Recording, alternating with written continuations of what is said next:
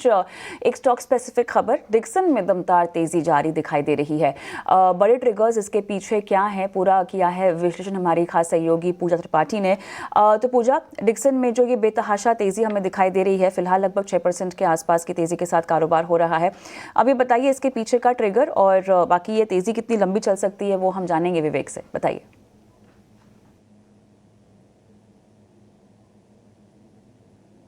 बिल्कुल, तो आज एक खबर के चलते फोकस में है डिक्सन टेक, जिसमें कि नोटबुक के लिए पैजेट इलेक्ट्रॉनिक्स का एसएस इंडिया के साथ एमओयू हुआ है। इस खबर के चलते आज स्टॉक ऊपर है और अपने रिकॉर्ड लेवल्स के पास कारोबार कर रहा है। लगातार ये स्टॉक फोकस में बना हुआ है। हम देख रहे हैं रिकॉर्ड लेवल्स एक के बाद एक स्टॉक बना रहा है। पिछले हफ्ते भी एचपी इंडिया के साथ कंपनी ने करार किया था, उसके चलते भी स्टॉक में तेजी थी। एसर, लेनोवो के बाद आईटी हार्डवेयर की बात करें तो एचपी तीसरा सबसे बड़ा कस्टमर है अब इनका। तो काफी शानदार तेजी एक के बाद एक पॉजिटिव खबरों के चलते लगातार ब्रोकरेज हाउस के रडार पर भी बना हुआ है ये स्टॉक। नोमुरा की बात करें तो काफी पॉजिटिव दिखाई दे रहे हैं। नोमुरा ने खरीदारी की राय दी है, 15,566 का लक्ष्य देख रहे हैं और इनका कहना है कि FY27 तक भारत की मोबाइल इंडस्ट्री में 30% से ज्यादा हिस्सेदारी होने की संभावना है डिक्सन टेक की। नुवामा की भी पॉजिटिव रिपोर्ट 15,000 के लेवल्स देख रहे हैं। HSBC ने भी खरीदारी की राय के साथ यहां पर 14,000 का लक्ष्य दिया है, जिससे कि अब ज्यादा दूर नहीं है डिक्सन टेक का स्टॉक अगर देखें तो। आगे के लिए भी तेजी के काफी सारे ट्रिगर्स हैं। मजबूत मांग वाले सेगमेंट में पकड़ और आगे त्योहारी सीजन का भी यहाँ पर फायदा मिलेगा। कई ग्लोबल ग्राहकों से करार हुआ है। बैकवर्ड इंटीग्रेशन पर भी कंपनी का फोकस है, जो हम अभी हाईलाइट भी कर रहे थे आपके लिए। पीएलआई के चलते मोबाइल मैन्युफैक्चरिंग में 15 से 20% की ग्रोथ होने की संभावना है।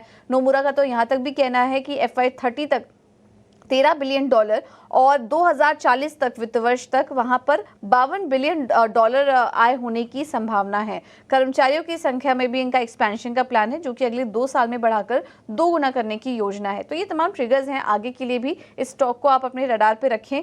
पिछले 1 साल की बात करें तो 180% के लगभग रिटर्न ये स्टॉक दे चुका है। इस साल में अब तक 113% और पिछले 1 महीने में ही अगर देखेंगे तो 11% की तेजी ये स्टॉक दिखा चुका है। और हाल फिलहाल के खबरों के चलते भी डिक्सन टेक लगातार फोकस में है और आज रिकॉर्ड लेवल्स पर कारोबार कर रहा है।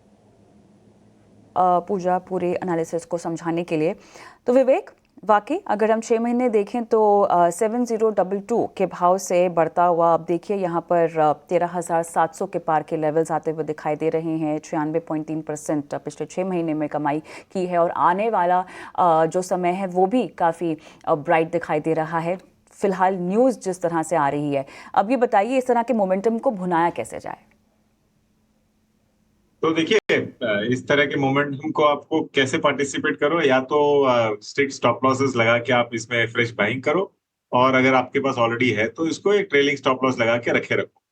अब आप अगर स्ट्रिक्टली वैल्यूएशन वगैरह देखो, मतलब हिस्टोरिकली जो, क्योंकि फंडामेंटल्स कभी भी थोड़ा सा लैगिंग इफेक्ट के साथ ही आपको दिखेगा, तो वैल्यूएशन आपको बहुत ज्यादा दिखेगा। लेकिन जिस हिसाब से कंपनी का एक्सपेंशन हो रहा है और नए ऑर्डर्स आ रहे हैं, अब असूस भी इंडिया में बनेगा, कितने मतलब लैपटॉप्स और फोन सारे के सारे ये लोग अगर करने लग गए हैं, तो हो सकता है कि वैल्यूएशन आपको ऑटोमेटिकली सस्ता हो जाए आगे चल के, बिकॉज आपको अर्निंग्स ग्रोथ भी देखने को मिलेगी।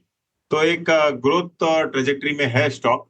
तो यहाँ पे ऑफ कोर्स आपके पास अगर है तो आप होल्ड करोगे ट्रेलिंग स्टॉप लॉस लगा के, और अगर आपके पास नहीं है तो नया खरीदे तो एक स्टॉप लॉस लगा के आप चाहे बाइंग उसको करो। तो मेरे हिसाब से लॉन्गर थोड़ा सा आप अगर स्टॉप लॉस देखते हो तो 13,300 एक बहुत अच्छा स्टॉप लॉस रहेगा।